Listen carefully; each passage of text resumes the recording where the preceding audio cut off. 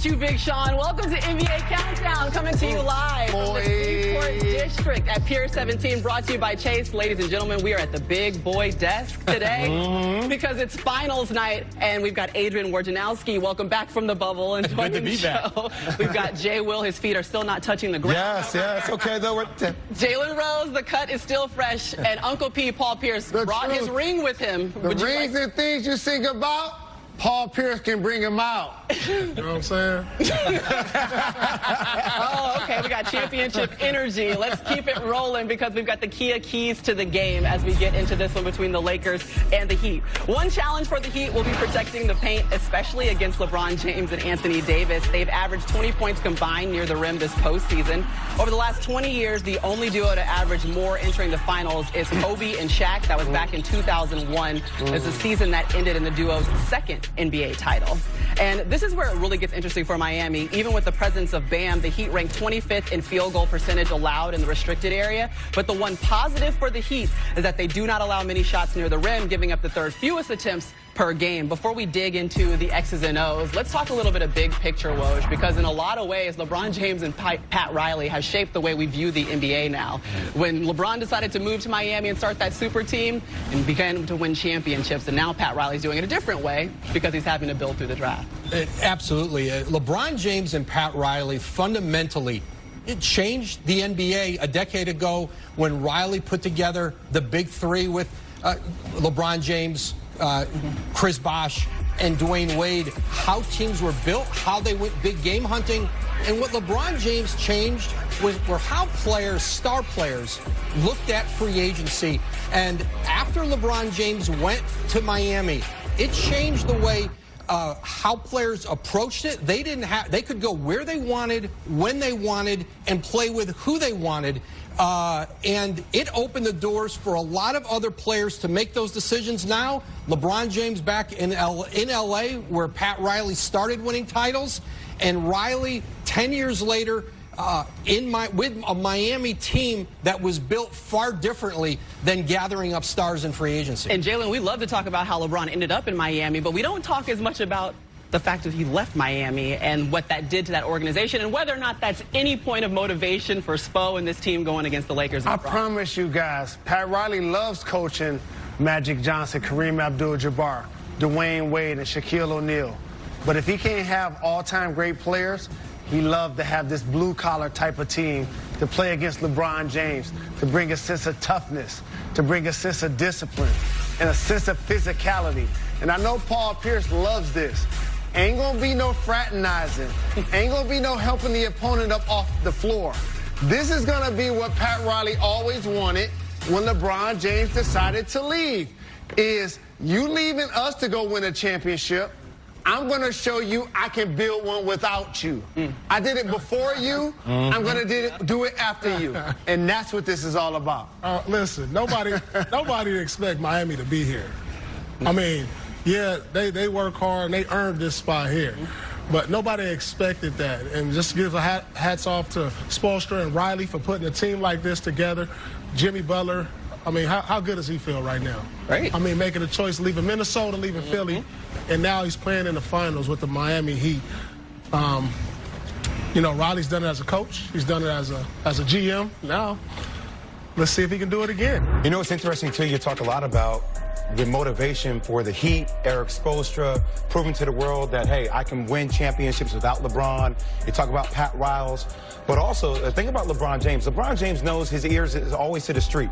He listens to what people have to say. He uses that as motivation, right? We talk about it being petty, but we're all petty in a degree when it comes time to be competitive. Remember this line. Smiley faces with hidden agendas.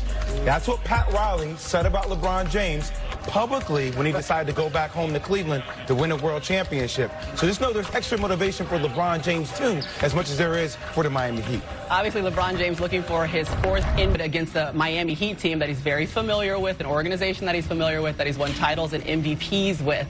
But we also talked about Jimmy Butler already. He's getting ready. He's on his bike trying to roll something out. We already invested in Big Face Coffee. Uncle P said he would do it. If they win the championship, I'm going to be the majority investor in Big Face Coffee. Trading pieces where he said, Mordor, we're back! We're back. There he is. Rob, 7 times you've been in this position. Game 1. What are the nerves? What are the feelings? The preparation comes down to this moment. You know, I think the nerves are a little different for each individual. I guarantee the nerves for AD is way higher than Rondo and LeBron. Yeah. Because those guys have been there, they know what to expect, and they know how to handle the situation. And with AD, this is something he wanted so bad. This is what he was been. This is the reason he came to LA. The reason he wanted to be traded to LA is to get to the NBA Finals. I know it's not the same magnitude because they're in the bubble. You're not driving up Staples. You're not hearing those fans. You're not hearing all these people talking, and you don't have millions and millions of press there to try to distract you. So it's a little different. But I know the nerves are there. He's so excited. He probably didn't get any sleep last night. Yeah. But I know the rest of the guys, LeBron is focused, playoff Rondo is focused. And then you go to guys like AC Fresh, who, think about this, AC Fresh is probably not even supposed to be in the NBA. Nobody ever thought he would be in the NBA. He fought hard to get this position. Now he's in position to be on the biggest stage and win the ultimate goal. That's the Larry O'Brien Trophy. I mean, you won a national championship, but here you are in 84 in your first finals. 85, you're in the finals. 87, the nerves at Game 1 were the same? Different. Well, a championship game is a championship game. I remember in 82 in college, the nerves, they weren't that different. The stakes were higher. You have a little bit more pressure on you at the NBA level. You're under the microscope, so I think that pressure is warranted. But for somebody like AD, not to say he didn't have a chance in New Orleans, but his chances weren't that great in New Orleans. Now he's supposed to win. It's a big difference than, having a chance and you're supposed to win. So I think it's a little bit more pressure on him, but thank goodness he has King, by his side, to kind of ease his mind, get ready, and have him know what to expect in the finals. Big Game and Rob, I want you to take a look at the Larry O'Brien trophy we have right there. Rob, obviously, you've held up the trophy 7 times. James, this happens to be from the Lakers, 1988. You were the MVP in that series. Rob said, you don't need to bring in any of my 7. No, MVP, triple-double, that's the best right there for this guy right here.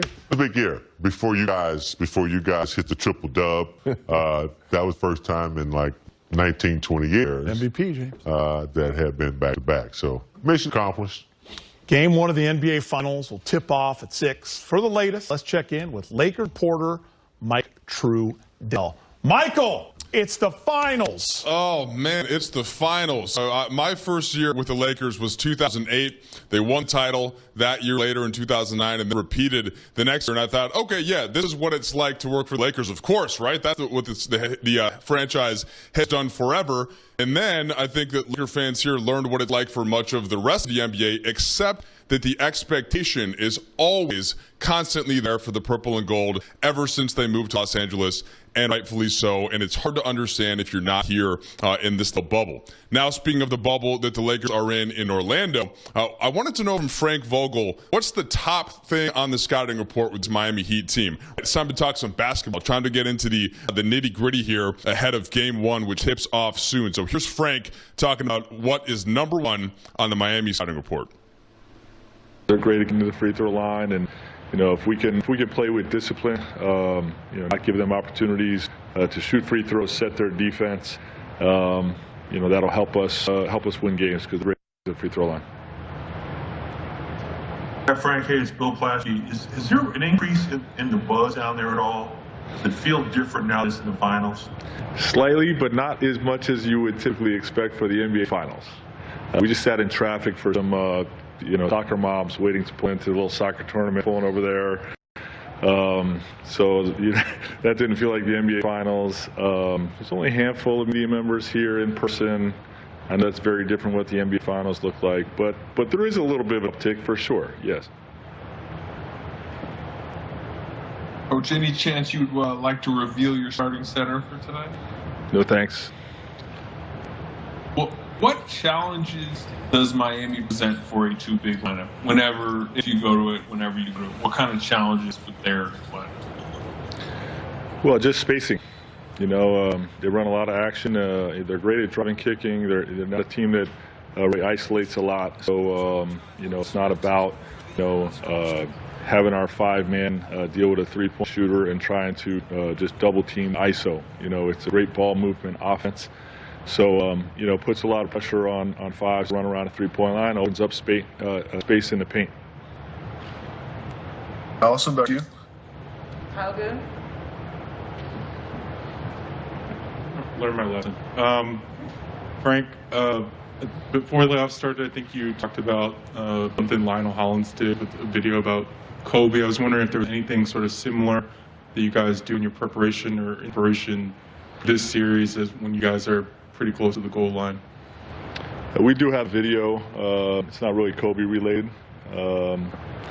Just to get guys a little bit hyped up right before we go out. Nothing special. It's about us, our season. All right, guys. I also asked Frank just what he observed from the players in terms of focus, if that had taken a jump up from the Western Conference playoffs. And he said, yes, a little bit, but this team has been locked in since the second that the playoffs started. Since the second that Game 1 started against Portland, there has been one focus, one goal. Geeter, you're looking at one of them that Big Game James helped win. MVP, of course, in '88. That's what they're playing for, man. They've been locked in the whole time, and now they get to start against Miami Heat in the finals. Mike, between you, me,